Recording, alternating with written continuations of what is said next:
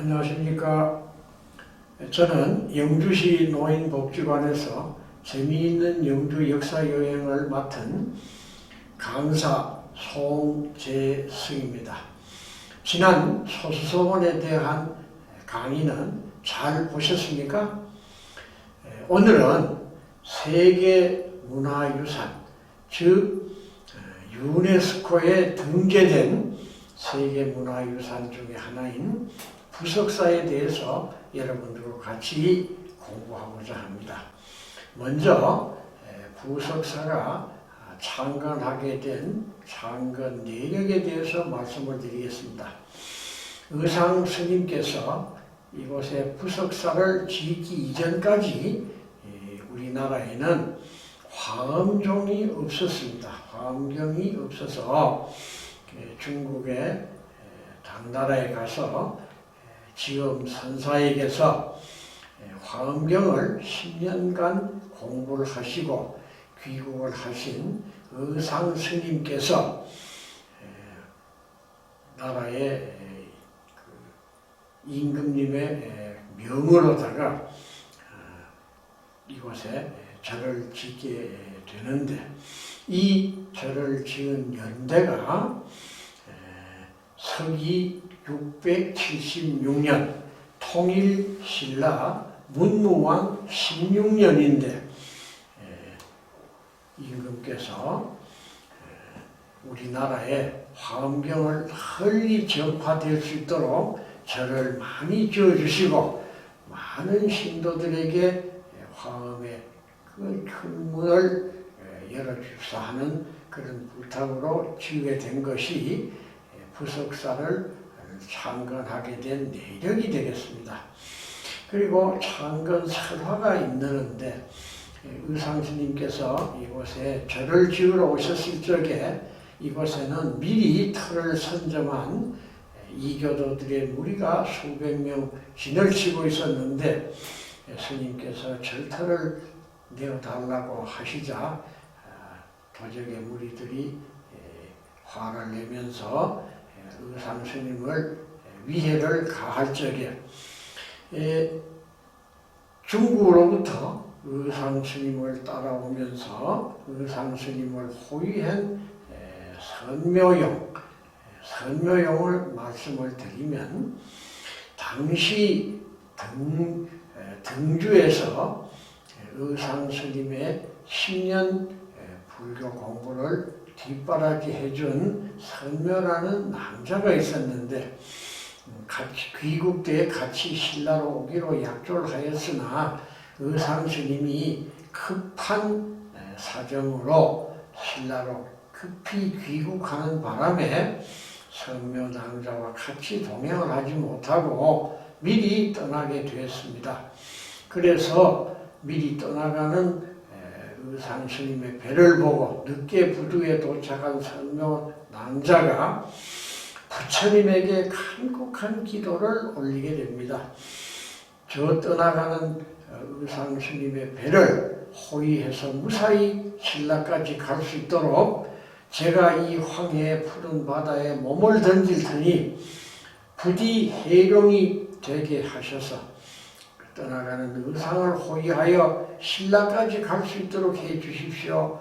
간곡한 기도를 마치고 그 푸른 동해 바다에 몸을 던지니 선묘에 감동하신 부처님께서 도력으로 선묘를 해룡으로 화신하여 신라까지 갈 수 있도록 했던 그런 일이 있었는데, 늘 의상을 호위하면서 의상을 보호하던 선묘남자가 이교도의 무리로부터 위해를 가하게 받고 있는 의상스님을 구하고 그 도적의 무리를 제압하여 집채만한 바위를 3번 공중에 떴다 떨어뜨렸다 떴다 떨어뜨렸다 하면서 도적들에게 위해를 가할 듯이 도력을 부리자 마침내 도적들이 혼비백산하여 달아나므로 의상스님께서는 이곳에 절을 지을 수가 있게 되었습니다.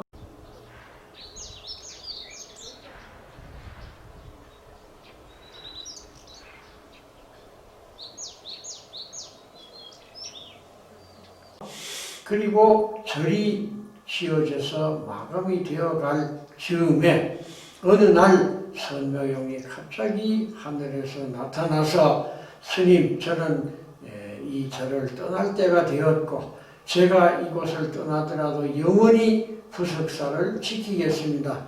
이런 말을 남기고 승천을 하였는데 마른 하늘에 벼락이 치면서 선묘용이 마침내 부석사 마당에 떨어져서 죽게 되는데 몸이 돌로 화하기 시작을 해서 머리는 본존인 무량수전의 본존불이 아미타 열애불이 앉아 계시는 좌대 밑에 머리를 두고 꼬리는 마당의 석등 밑에 꼬리를 두겨 돌로 변하여 성룡이 되어 부석사 마당에 지금 묻혀 있습니다. 이것은 부석사의 보물대장 재산 목록 1호에 선묘 서경이 등재되어 있는 것으로도 되어 있고 또 이 문서를 보고 이 이야기를 들은 일본인들이 일제강점 시절인 1917년에 무량수전을 해체 복원을 하면서 이 이야기를 듣고 부석사 마당을 파서 선묘 서경을 확인을 하고 조선에 이런 영물이 있어서는 안 된다 이런 뜻으로 도끼로 선묘용의 허리를 잘라서 자르고 다시 묻었던 것을 해방이 되고 우리나라 건국한 후에 신라오학을 조사하던 동국대학교 박물관 황수영 박사이 된 교수들이 역시 이 부석사에 와서 이야기를 듣고 다시 한번 우리도 확인해보자 이래서 땅을 파서 마침내 일인들이 허리를 자른 선묘 서경을 발견한 것을 보고 발견을 하고 그 사진을 흑백으로 찍어 놓은 사진이 오늘날까지도 부석사의 해설사 사무소에 있습니다. 여러분들이 한번 가셔서 확인해 보시면 좋겠습니다. 지금까지 말씀드린 것이 부석사의 창건 내력, 창건 연대, 그리고 창건 인물, 그리고 창건 설화를 말씀을 드렸습니다. 마지막으로 부석사라는 이름의 유래는 조금 전 선묘용이 도적을 부려 집체 같은 바위를 공중에 띄웠다. 그래서 뜰 부자, 돌석자, 절사자 이래서 부석사라는 이름이 지어지게 된 유래가 되겠습니다. 지금까지 말씀을 드렸습니다. 이어서 부석사가 보유하고 있는 문화재에 대해서 소개드리도록 하겠습니다. 먼저 부석사에는 국보가 5점 있습니다. 가장 중요한 것이 뭐니 해도 절에는 본당, 금당 주전이 가장 중요하죠. 부석사에는 주전이 극락을 다스리고 극락의 서편에 앉아서 동쪽을 보고 다스린다는 아미타 열애불을 모신 아미타불을 모신 전각으로 주전을 삼았습니다. 그래서 아미타불을 중국에서 중국 글씨로 무량수불이라고 정합니다. 그래서 무량수불을 모신 전각을 무량수전이라고 하는데 부석사 주전은 무량수전이 되겠습니다. 따라서 무량수전의 주불은 소조 아미타 열애불이 되겠습니다. 소조 아미타 열애불이란 진흙으로 만든 부처님인데 부석사의 소조 열애불은 우리나라에서 가장 큰 소조불이고 동양에서도 가장 큰 소조불로 전해져 옵니다. 국보 18호가 무량수전 전각이고 안에 모셔져 있는 소조 아미타 열애불이 국보 45호로 되어 있습니다. 그리고 무량수전은 고려 때의 건축 기법인 배가 부른 기둥, 배 흘림 기둥으로 유명한 전각이 무량수전이고, 우리나라에서는 가장 오래된 목조 건물로 되어 있는 것이 무량수전이 되겠습니다.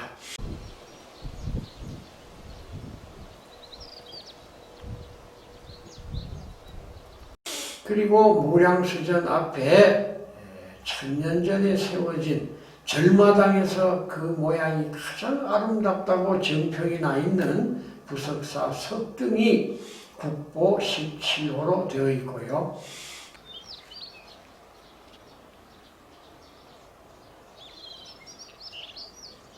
그 다음에 동편 언덕에 의상대사께서 거처하시던 건물, 즉 조사당 건물, 무량수전이 지어지고 그 이듬해 지어졌기 때문에 이 또한 우리나라의 국보로 지정되어 있는데, 창건 연대는 무량수전은 공민왕 2년, 조사당은 공민왕 3년에 지어져 있고요.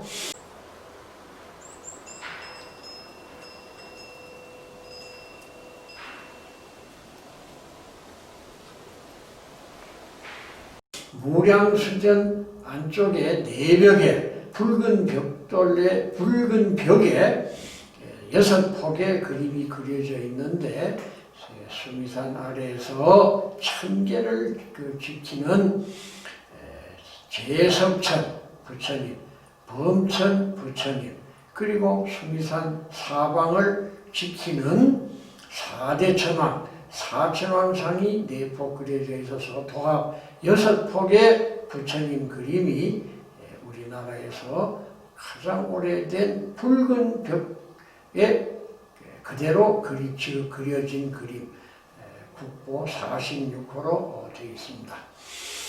그래서 우리나라의 국보로 석등 17호, 무량수전 18호, 조사당 19호, 그 다음에 조사당 벽화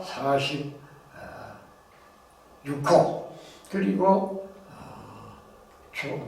본당에 조성되어 있는 소조열의 좌상이 국보 45호, 이렇게 5개가 되겠습니다.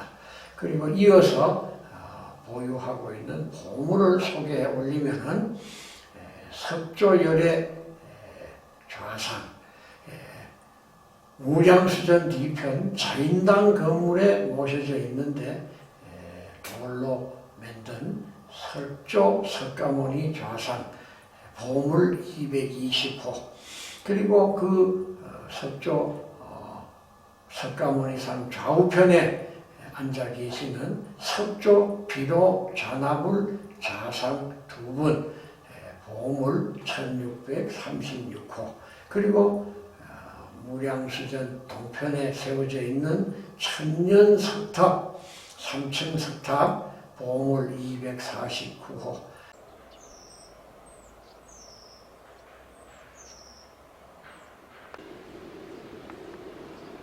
그리고 오불회 괴불탱이라는 불화가 있는데, 부석사 무량수전이 적어서 큰 고승 대덕께서 큰 법문을 여실 적에 법당 안에 다 신도들이 못 들어가기 때문에 마당에다가 오불회 괴불탱이라는 큰 부처님 벽화를 세우고 그 앞에 스님이 올라앉으시는 법단을 만들고, 그리고 마당에 신도들이 앉아서 법문을 듣는 그런 것을 야단법석이라고 합니다. 야외 마당에다가 단을 세우고 괴불을 세우고 부처님이 말씀을 듣는 좌석을 만든다, 이래서 야단법석, 이것은 절에서만이 있는 것이 야단법석이라는 것이죠.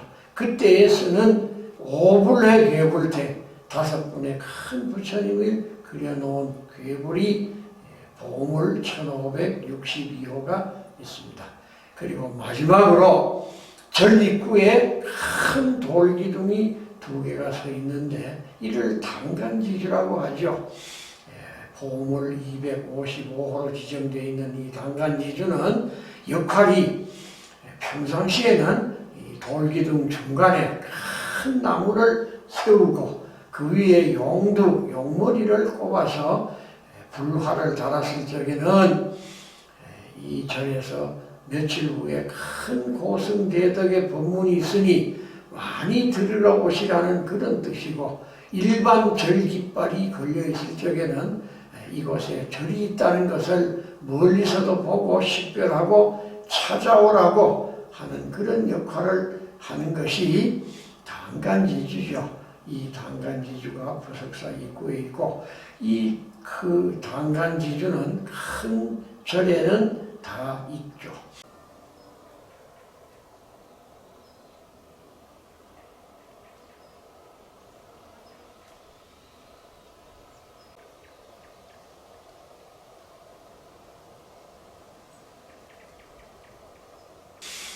이렇게 해서 국보와 보물을 소개를 드렸고, 마지막으로 도지정 문화재가 두 개 있는데, 하나는 딴 절마당에 있던 것을 옮겨온 3층 석탑 쌍탑이 있고,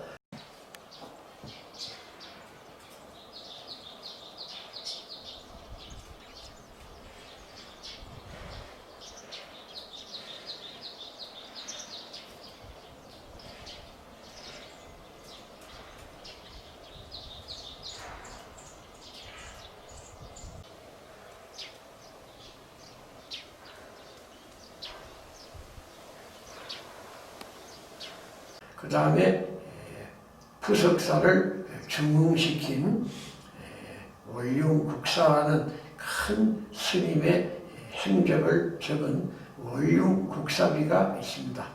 이 두 개가 경상북도 지정문화재로 되어 있습니다. 그리고 이어서 재미있는 전설이 깃들어 있는 유물에 대해서 말씀을 드리겠습니다. 이어서 부석사에는 전설이 깃든 유물들이 있습니다. 두 가지가 있는데요. 첫째가 단하선사에 대한 이야기가 깃든 단하각이라는 것이 무량수전 뒤에 있습니다. 이 작은 전각인 단하각은 부석사가 원래 봉황이 알을 품고 있는 그런 형상이라 하여 부석사 뒷산을 봉황산이라고 합니다. 부석사 내에 가면은 범종각 현판에 봉황산 부석사가 이렇게 쓰여 있는데, 봉황산은 원래가 알을 품고 앉아있는 형상을 하고 있다 해서 부석사를 아주 명당이라고 풍수지리가들은 얘기를 하고 있습니다. 그런데 이 알을 품고 있는 봉황의 형상을 하고 있는 부석사에 조선시대 때 어느 해 엄청스럽게 쥐가 성행을 해서 쥐를 퇴치할 방법을 고심하던 스님들이 중국의 해림사의 선승으로 이름난 단하선사의 상을 모시고 쥐를 퇴치하려 의견을 모아서 단하선사의 상을 만드는데, 그 단하선사의 왼손에서 쥐를 이렇게 탁 움켜쥐고 쥐를 제압하는 그런 형상의 부처님을 단하각에 모시게 되었습니다. 그 연후로 이상스럽게도 부석사에서는 쥐가 박멸이 되고, 오늘날까지도 부석사에는 쥐가 단 한 마리도 없다고 전해져 옵니다. 또 하나 섬묘각이 있는데, 이 섬묘각은 무량수전 동쪽의 조그마한 전각인데, 여기에는 안에 18세 중국 소녀 섬묘 남자의 상이 그려져 있습니다.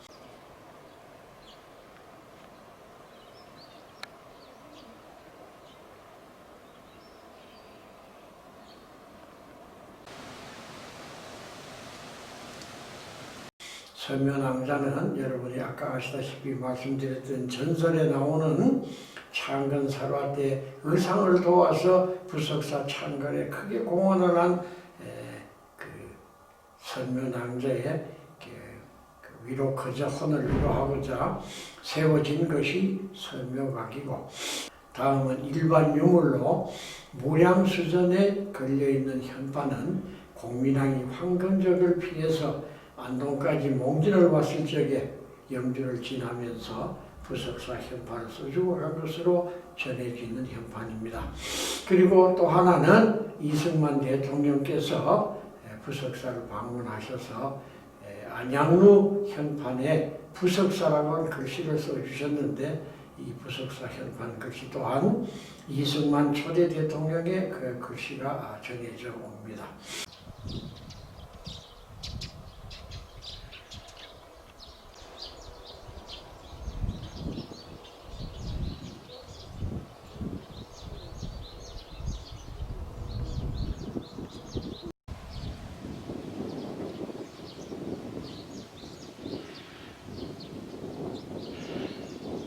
또 하나는 선비화라고 의상대사께서 중국 당나라 때부터 짓고 오시고 40여 년을 짓고 다니시던 지팡이인데, 돌아가시면서 조사당 안쪽, 추녀 안쪽에 꼽아서 심으라고 유언을 남기셔서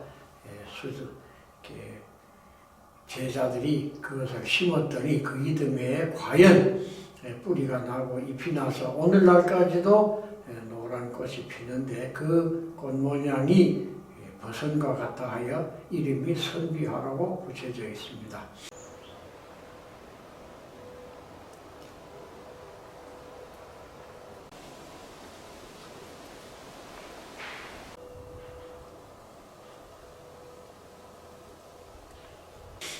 노규전 또한 유명한 것이 있는데, 원래 노규전은 무량수전 바닥에 깔려 있었던 진흙 벽돌 위에 유리가 도포가 되어 있는 유리 벽돌입니다. 무량수전 창문을 열었을 적에 그 빛이 부처님의 용안에 비쳐서 부처님이 더욱 장엄하도록끔 이렇게 만들어져 있는 것인데, 지금은 부석사 무량수전 바닥에 깔려있지 아니하고 도난돼서 다 없어지고 몇 개만 성보 박물관에 보관 중에 있습니다. 이렇게 해서 오늘 여러분들에게 부석사에 대한 공부는 모두 마치도록 하겠습니다. 여러분들 부석사 내용에 대해서 잘 아시게 되셨습니까? 나중에 가족들과 더불어 부석사를 한번 탐방을 해보시면 좋겠습니다. 오늘 여러분 감사합니다. 이것으로 마치겠습니다.